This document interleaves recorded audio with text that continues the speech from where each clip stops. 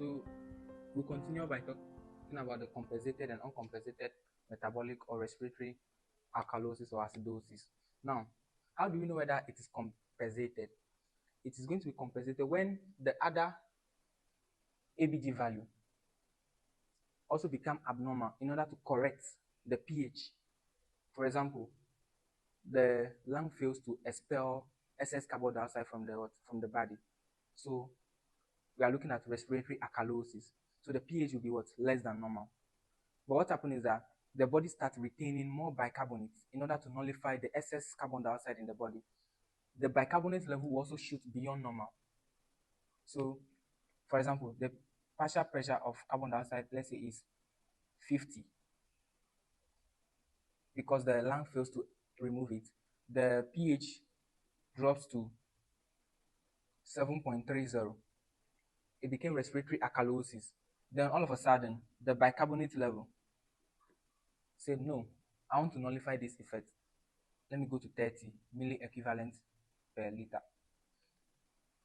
But as far as this value, after bicarbonate level increasing, it does not change the pH. It does not bring the pH to normal.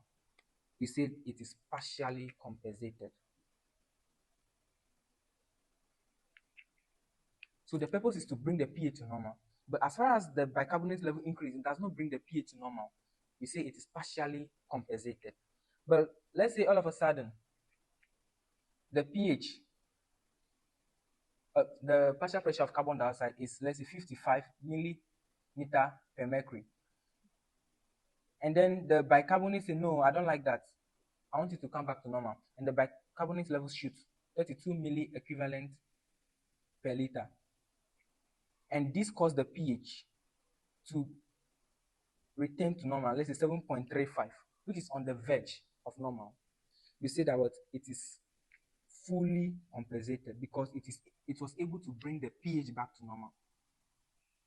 That is compensation.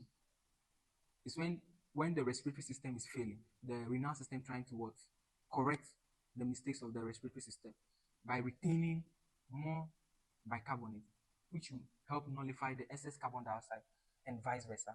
That is when the renal system is failing, the respiratory system trying to retain more carbon dioxide to nullify the bicarbonate in order to correct the defect. But for uncompensated metabolic or respiratory acidosis or alkalosis, what happens is that it is only the primary value. So if you are looking at respiratory acidosis, pH will be lower, partial pressure of carbon dioxide will be higher. That's the only one that will be abnormal. Bicarbonate level will be normal. If we are looking at respiratory alkalosis, the pH will be above normal, whilst the partial pressure of carbon dioxide will be below normal. That will be respiratory alkalosis. For the metabolic side, metabolic acidosis, the pH will be below normal, whilst the bicarbonate level will also be below normal. For metabolic alkalosis, the pH will be above normal, whilst the bicarbonate level will also be above normal. None other will change apart from the primary values that we are using to detect whether it is metabolic or respiratory acidosis or alkalosis. That is for uncompensated metabolic or respiratory acidosis or alkalosis. Let me go over the compensated again. I said that for compensated, the other system will also become abnormal in order to nullify the effects of the earlier system. So respiratory system value will become abnormal in order to nullify the abnormality that is happening in metabolic or the renal system. Now, if that abnormal increase or decrease causes the pH to return to normal, we say it is fully compensated, as you can see here. But if it's not able to push the pH back to normal, then we said it is partially compensated.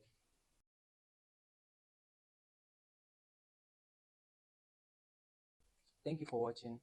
Look out for more episodes on medical and surgical pharmacology. Any medical related topics, put the topic you want us to treat next in the comment section, and then we'll attend to you. Thank you for watching. Make sure you like, subscribe, and share our video to your fellow colleagues. Thank you.